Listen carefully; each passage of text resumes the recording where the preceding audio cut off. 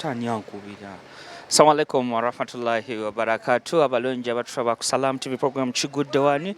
Olunaku olwaleero tuli wano ku Entebbe International Airport nga tukulisayo bannaffe abatawakkalu era nga mu banywa abazze mwe muli omwami Dr. Hamza Sebunya asobodde okuba nga y'omu ku babeera nga batuuse wano era agenda tubuuzaako tumubuuzeeko atubuulire olugendo. Rema owulira otya? Assalamu alaikum wa rahmatullahi wa barakatuh. Essanyu tutolere ku salaamu abalabi bo babadde bakwesunze bakubuuzeeko owulira otya? Essanyu linzita bannange mba n'essanyu simanyi kwogera nnyo. Tomanyi kwogera essanyu liraga kati sooka okubamu akafaananyi nga naawe bakwaniriza ng'ovuddeyo bannange inshallah naye yes bwe tutyo era nga woolaba wano dokita yasazeewo atambule ne tawakkalu era agenda abaabuuza ku balabi basalamu. Assalamu alaikum wa rahmatullahi wa barakatuh. Alaikum salaam wa rahmatullahi. Dokita owulira otya? Sina tabusa. Kibadde kiteeyo gy'obadde abalabi basalamu TV sooka obanyumize we kibadde eyo. Kintu kitambudde bulungi alhamdulillah. Olugendo lubadde lulungi. Tulufunyeemu. Buli kye twasuubira okukola tukikoze. Tusaba Katonda akkirize. Tusuze bulungi, emikolo gyonna tugikoze.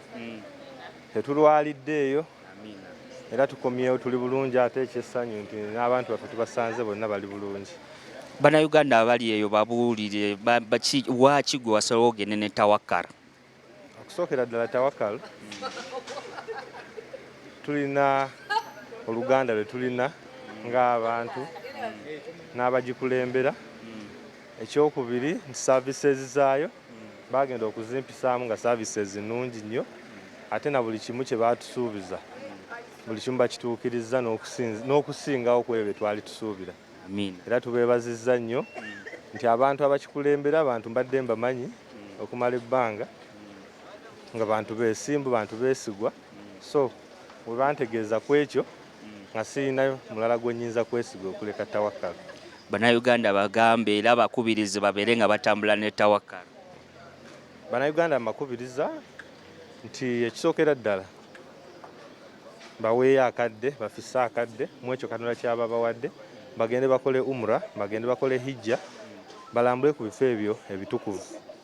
Tweyanziza nti mu ekyo batambule n'ebibiina ebyesigwa nga mu ekyo nze nja kurekomendinga tawakkala kuba ngikozesezzaako it is time tested era sikirinaamu buzibu. Beebazizza nnyo bonna tutambudde bulungi baseeka batukutte bulungi batusomesezza buli kimu kye tubadde tulina okufuna tukifunyeemu. Tweyanzege bwe tutyo bwe tubadde ali ku Salam TV Kigudde Wani.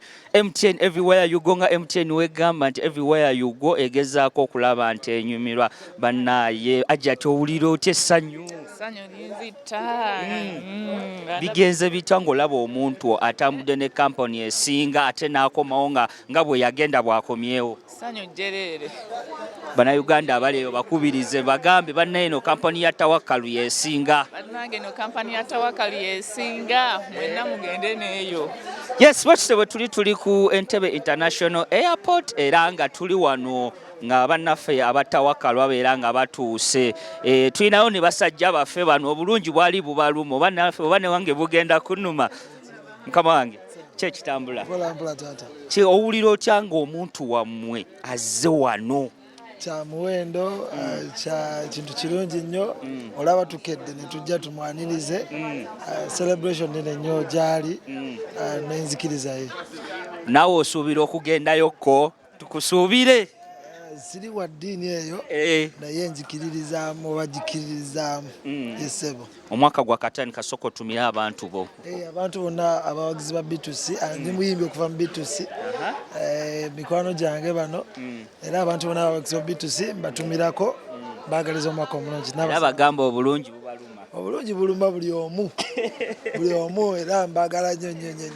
Amina bose tuli ku Entebbe International Airport era nga bannafa abatawakalu nga womanyi tawakalu nga bojiwulira y'amaanyi etambula n'ababede bokka bangi bakyeyongera okuba nga bajja era programu eno ekutusibako bannafa aba MTN ekugamba everywhere you go era MTN yetusobosezza okubeera nga tuli wano ku Entebbe International Airport ekyo kye bayita okubeera nga ova mu tawakalu buli wotambula ne tawakalu byebyo ebirungi byofuna okitegera gwe wenna muna Uganda atulaba eyo ebibiina bingi byo ebiri ne tawakalu ye ine ekyenja